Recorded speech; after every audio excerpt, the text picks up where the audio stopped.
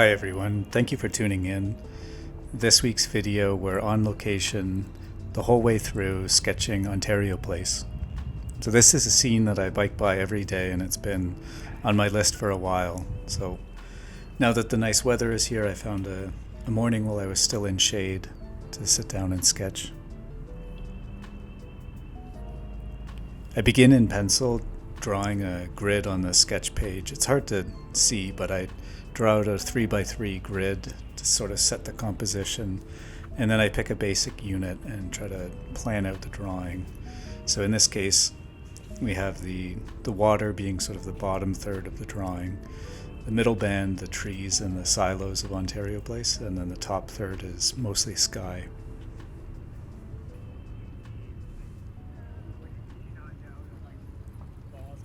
And then I go in with ink work, and this is more of a landscape sketch, which I've been trying to get into now that I have watercolors, and I find there's not as much line work to be doing.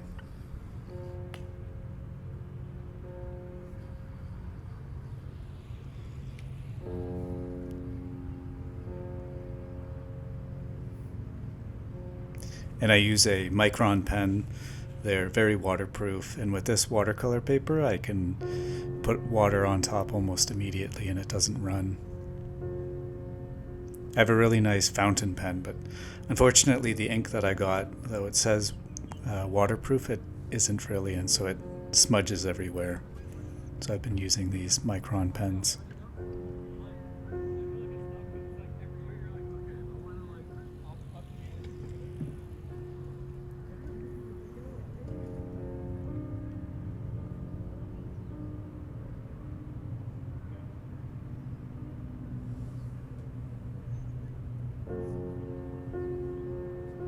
So I'm trying to do as little as possible and move through the drawing quickly to leave a lot to be developed with the watercolors.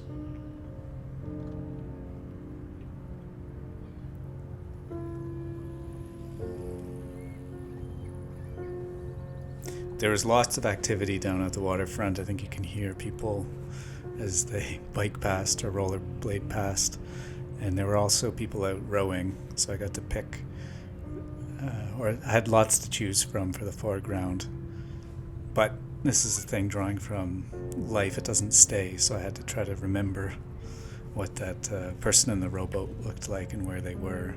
And there were also 3 ducks that swam by.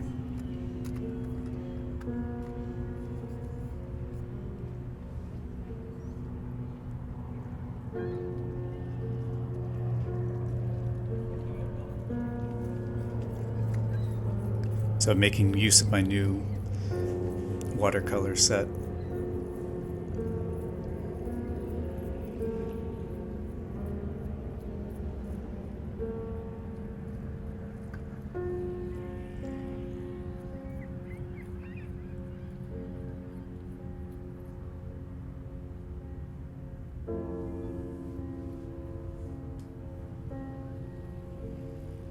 So I've been getting in the habit of wetting the portion that I want to paint first. In this case, I'm starting with the water. And so I actually sort of pre-mixed the paint and set it aside so that the page wouldn't dry out too much when I wanted to add the wash.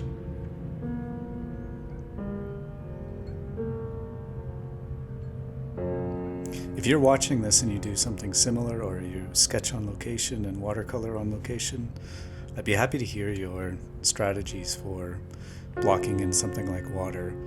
There's a very deep shadow and then very strong highlights, and I tried to, by wetting the page, be able to take some of the pigment out. It wasn't ultimately very successful, and I kind of struggled with the water a lot in this drawing. You can see, here's where I take the Kleenex and try to take some of that pigment out.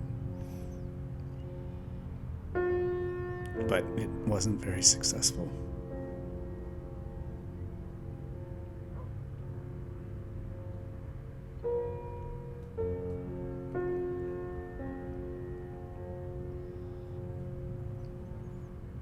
I've seen some people too take a brush that's not very wet, and when the when you get that texture of a dry brush, it leaves some of the white, and that can look like highlights on a lake. So I'll have to experiment with that.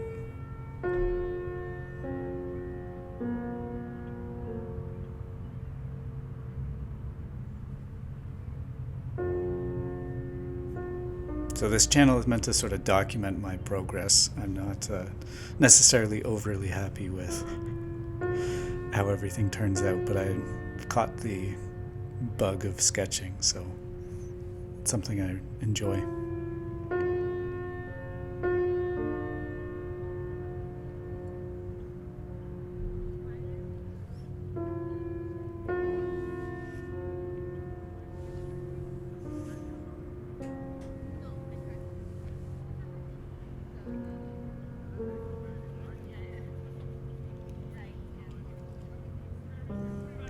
And I decided to go right for some of the darker shadows in this silo and tree area. Sort of picking out the silos immediately, and I think I even pick out the tree shadows next first.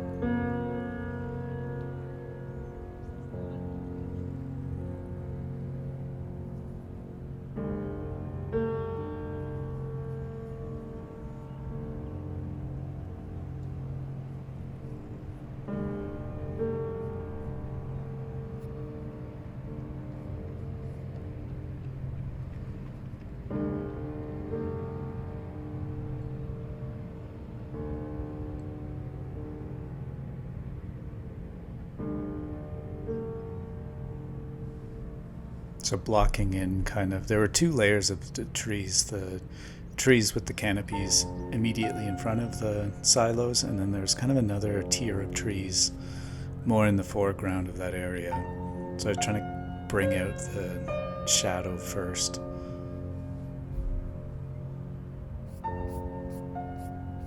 Almost for me to understand the values in the drawing.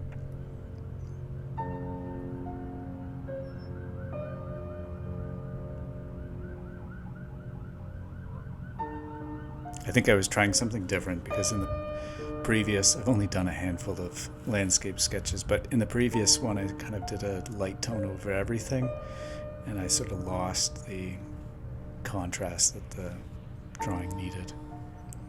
And I think midway through this is when I was sort of most happy with it. There was a lot of contrast, and it kind of gets lost when I try to add the highlights of the trees.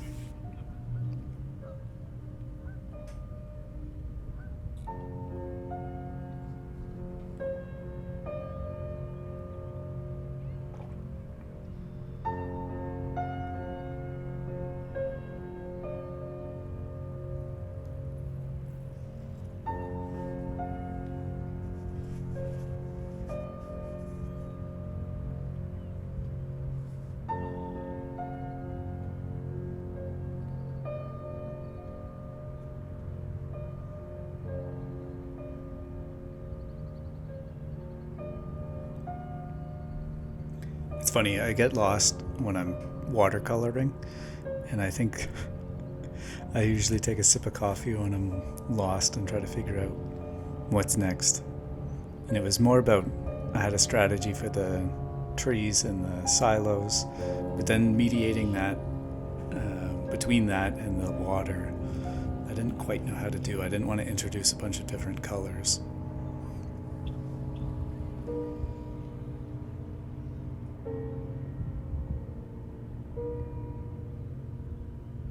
I guess I save that for a bit later.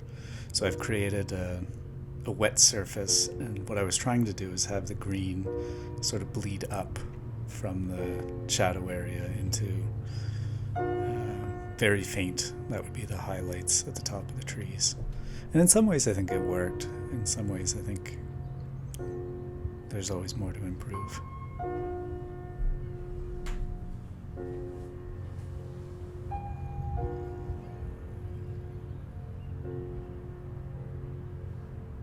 And there's a bug crawling on my page. I don't think I even noticed that. I was so focused.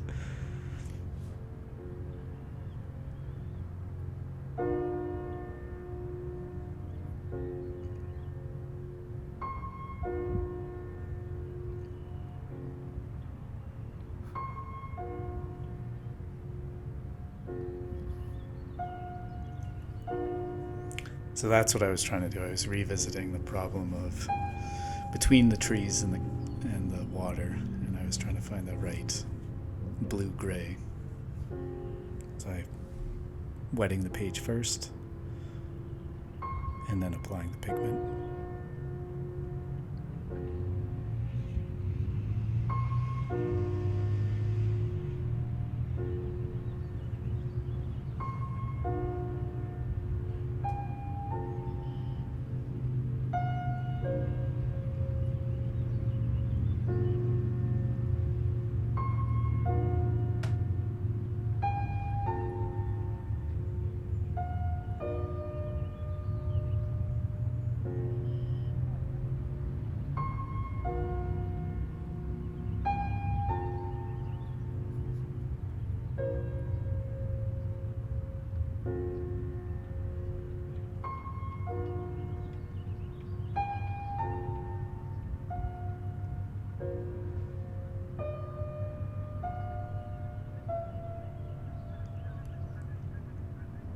And this is one of my favorite moments of the drawing, is that little pier ends in a mini obelisk. I don't know if that's the right word for it, but this triangular pyramid of concrete. And there was a really nice shadow and highlight. And it was kind of not misty, but the sky wasn't blue. There was an atmospheric haze going on that day, and I liked the way the water contrasted with that concrete pier.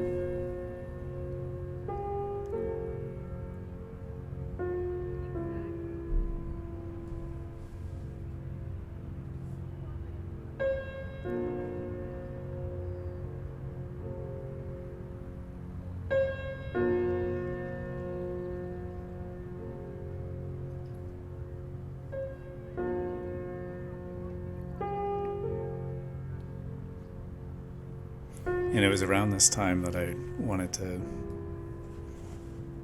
fix the water. Like, there was this very big patch that was dark, and the rest was in highlight. And so I wanted to at least try to capture that. And so that's what I'm doing now.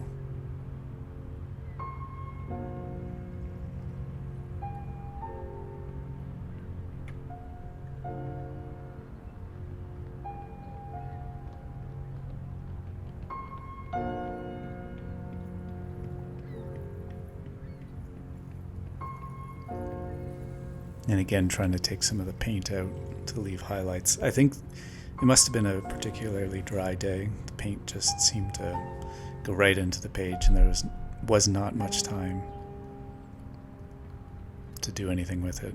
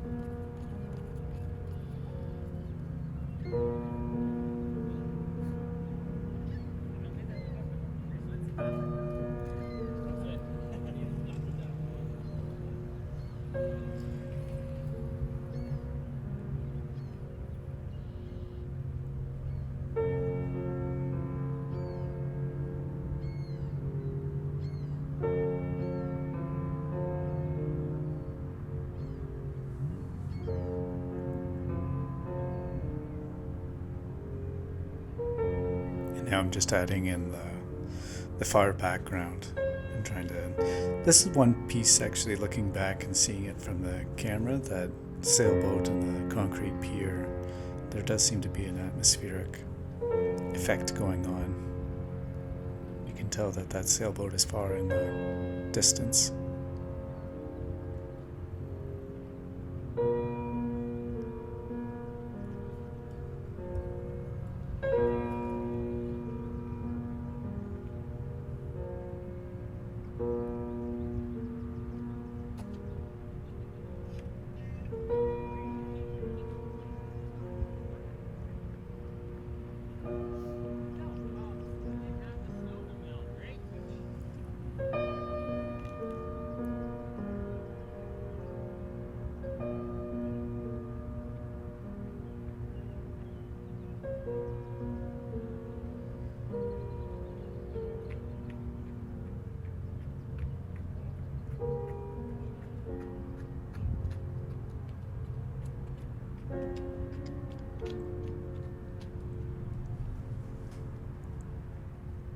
And now, like I said, it was a very atmospheric, if you will, day. There were still strong highlights, but the sky wasn't clear. So trying to get that in without making the drawing too muddy. I don't want to lose too much of the contrast of the trees to the sky, especially that big tree where you can see between its branches close to the ground.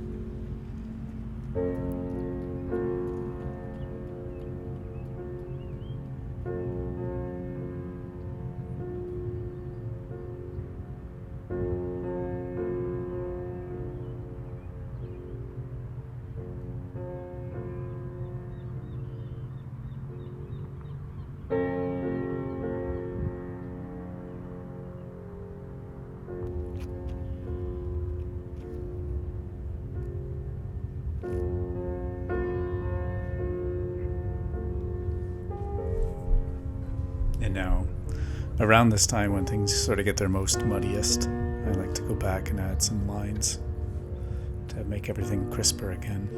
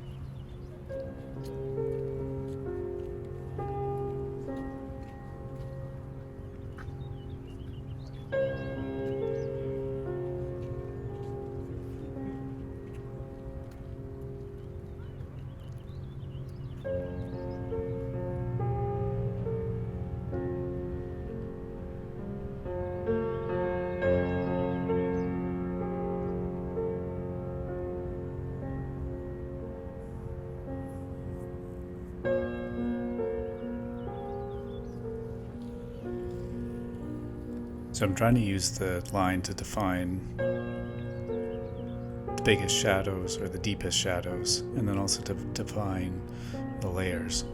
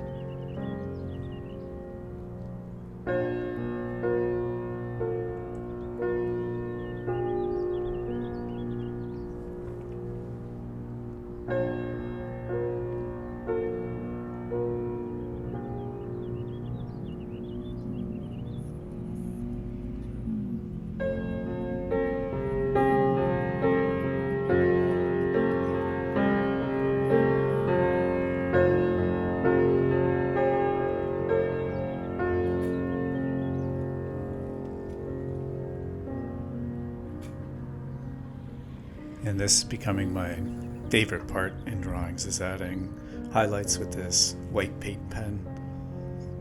I find it just adds a pop at the final stage of the drawing, and it's rare that it ever doesn't make the drawing look better, so I enjoy this stage.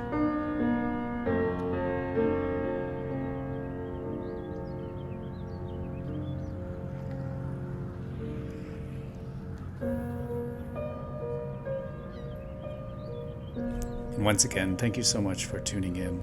If you've made it this far, please give a like and subscribe, as it'll really help my small channel. Thank you.